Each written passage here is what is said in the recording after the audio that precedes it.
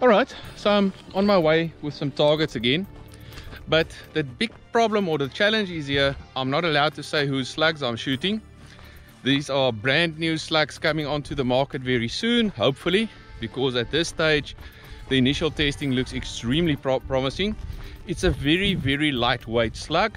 It's can't give you the exact specs, but it's lighter than 22 grains and heavier than 18. It's anywhere in between there. Alright, so I'm going to test these babies at 100 meters. They will run approximately 1,000 foot per second. Welcome. Alright, so before I go on to the whole testing thing, let me just show you what I'm doing today. So this is probably the lightest .22 slug currently in the market. It is not for sale yet, it's still in testing phase, and I honestly do hope that the manufacturer will go ahead and bring this baby into the market itself. To compare that to a normal .25 H&N, let me see if I can balance them. See the difference? Right. Now this little slug, and any small slug that you have, has got a couple of challenges. First and foremost is having enough lead behind the slug so that you've got maximum air onto the slug and to propel it forward in that regard. The second thing is, the longer the slug in this scenario, the better the BC. So the shorter the slug, the worse the BC becomes, and it actually boils down to almost the same as a pellet at the end of the day. The third thing is, to create a bigger side wall for longer, you need to sink the hollow point in the front a little bit deeper. If you sink it too much, you actually blow a hole through the back and out the front, and you lose all your speed, and there goes my little slug. Alright, so currently the lightest slug in the market is the H&N 21 grainers. So I was privy enough to test them a couple of months ago, and I had them in the 217s and the 218s. So the interesting thing now is that I know my gun loves the 217s. It is the superior heavy slug liner, one of the new babies, and it absolutely adores the 217s. It does not like the 216s that much, it doesn't like 218s. So the 217 is the preferred food to eat through that liner of mine. The interesting thing is that when I tested the 21 grainers, and I'll show you guys the video just now.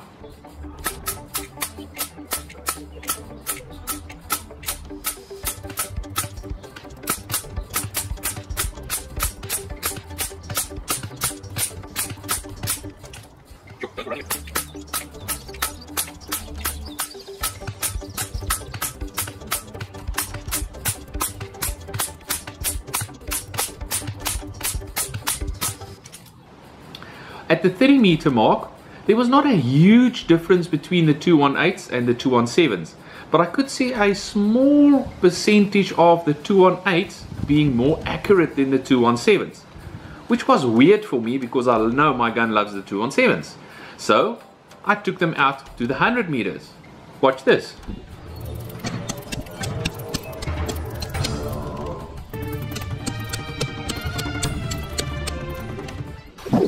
So at the 100 meters, you'll see that the 218s actually grouped better than the 217s by a full 1.25 inches. Alright, so that is a massive improvement. Same conditions, same speed, just a little bit of fattiness that sits on the side of the slug. In other words, it's a little bit fatter, it sits tighter within the slug liner. So that brings us to, why not make ultra light slugs? Alright, so as I said, you need enough air on the back, you need a long slug for BC, and then obviously you need something that is consistent. So if you don't have a fat enough slug, it's going to wiggle in your barrel. The moment it wiggles, you battle with consistency. Which brings me to the following little baby slug. Alright, so these guys are ultra light. They are lighter than the 21 grain H&Ns at the moment. I'm unfortunately not allowed to tell you the exact weight, but it's lighter than the 21 grainers at this stage. So with any further ado, let's almost take this baby straight out to 100 meters. So what I did is, I quickly zeroed my gun for them, had a look at the speeds, and I put my power wheel on 4. So these babies are running very close to 1,000 feet per second, and I've got a gusting wind from the side about 5 to 8 miles, no I'm lying, 8 to 15 miles per hour. Before I go on, I just need to say a very big thank you to Rolf Foster from AirTag Hunting Rolf has a wealth of knowledge when it comes to slugs, their design, how they work, what doesn't work, and I really appreciate your help, Rolf. Thank you, thank you, thank you so much. So please head over to his channel, support him, like, subscribe. This guy knows his stuff. So I've got a teeny weeny slug here today, 0.22 caliber, less than 22 grains, more than 18 grains. So quite an interesting combination. I think this is going to be a interesting weight, as most 5.5 guns should be able to shoot this at quite high speed. My gun is set up to shoot them at 1,000 feet a second. So a couple of niceties with this: very low air usage in the gun, very accurate at 40 meters, same holding at this stage, but the wind is going to push it. So it's got its advantages. You can shoot this at a higher speed because it's lighter, but because it's lighter, the wind is going to grab hold of it a little bit. But there's only way to test this and find out, and that's to go for 100 meters.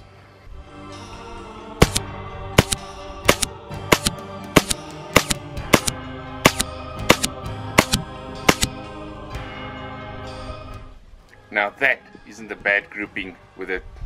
Oh, I nearly said the weight. With such a lightweight slug at this distance. Let's go and have another 10 meter dash. Just going to go one click up on the scope. And I'm not going to hold for any wind. So the left to right movement you see, that is pure windage.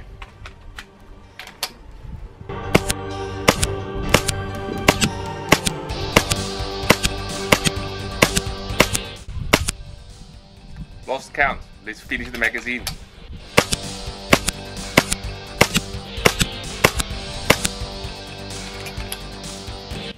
That's not bad for such a light slug. At 100 meters with a slight wind gusting a little bit. Initial impressions, I'm impressed. I'm really impressed. I do hope the manufacturer brings this to market. I think this can be a game changer, specifically with the guys with lower power. I'll shoot some more with these babies. I don't have a lot. I've only got about 50 slugs. And I'm going to test them at lower power and lower speeds and see if they want to group out of my gun. These are 217s. And as you all know by now, my gun loves the 217s. On the left hand side is the initial 11 shots with a grouping that is really not to sneeze at. I was quite impressed. On the right hand side is 18 shots, the full magazine in 2 inches. For a lightweight slug with the breeze pushing quite hard from left to right, that is recommendable. In closing, I do honestly hope that the manufacturer goes ahead with these ultra lightweight slugs.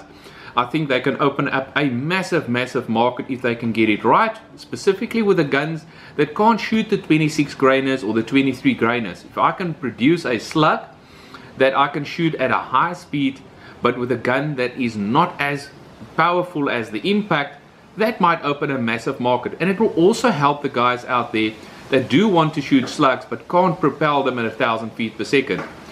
Unfortunately, I've got a very limited amount of these slugs, so I can't test them anymore. I've shot out basically everything that I've got on the 100 meter range. I would have loved to do all my different speed tests at 38 meters with the different power settings and everything.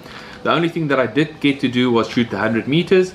I was quite impressed. These babies really zoom through the air.